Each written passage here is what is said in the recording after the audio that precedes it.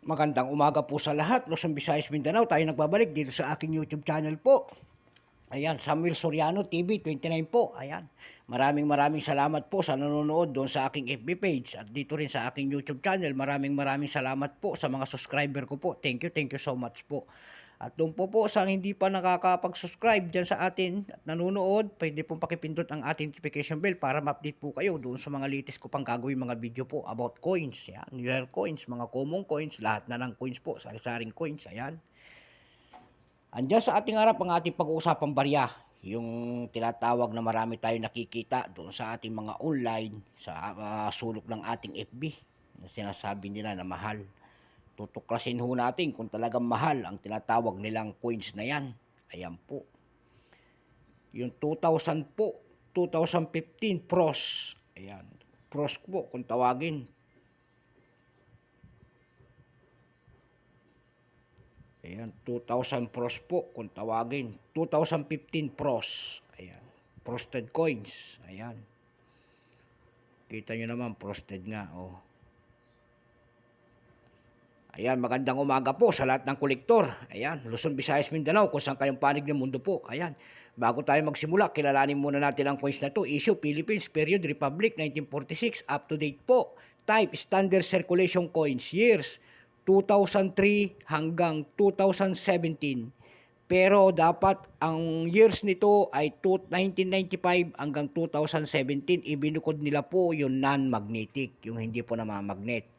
Kasi itong 2003 na may magnetic din hanggang 2017, yan po ay magnetic. Nasaan ba yung ating magnet para tayo masampulan? Ayan, magnetic po yan.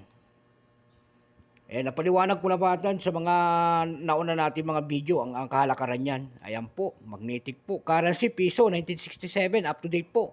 Composition po, nickel plated steel. Ayan po, may bigat po itong 5.35 grams.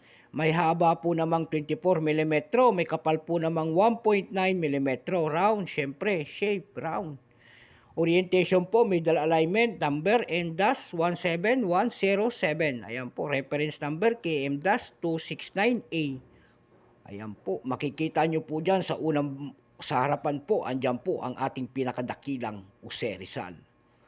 Ang ating bayani po, andyan. At saka yung kanyang years, 2015, pagkatalikod po, ayan po, makikita rin natin ang Republika ng Pilipinas dyan sa likod. Ayan po.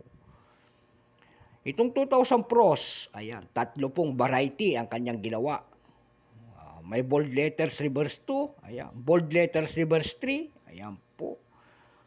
Ayan, force reverse. Ayan. Reverse,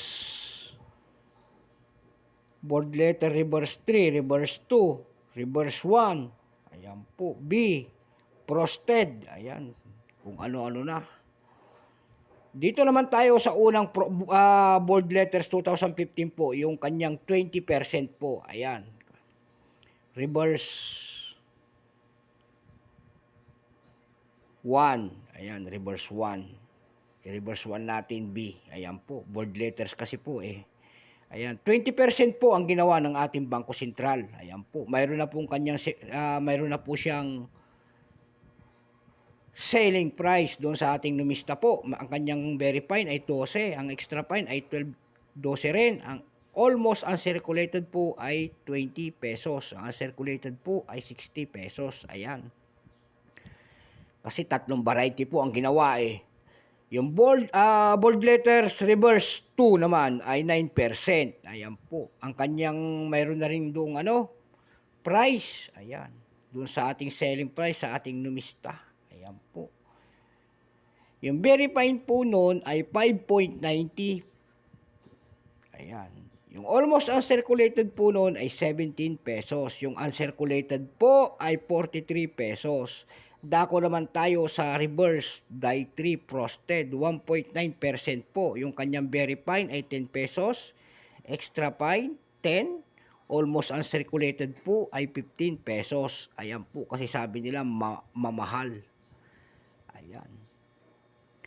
Dumako tayo naman sa kanyang mga selling price doon sa ating mga platform na pandaigdigan tulad ng ebay.com po. Nakakita tayo doon ng kanyang presyo na 83 pesos lamang.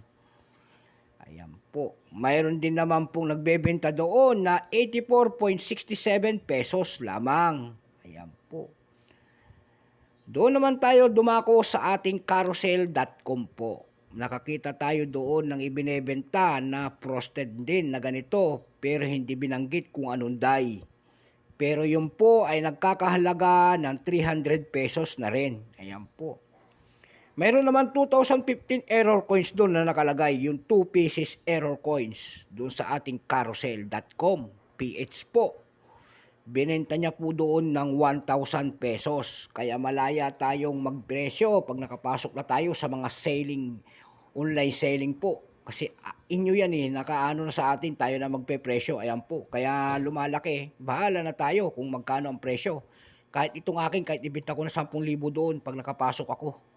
Ayan. Kasi akin naman po ito.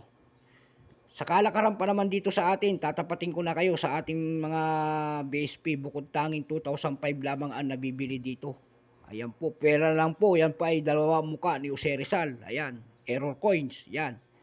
May mga presyo po sa ating realidad dito sa ating Pilipinas na pangolektor. Ayan po, pero yung mga Facebook na yan, sabihin nila mahal, nako, o kayo papaniwala dyan.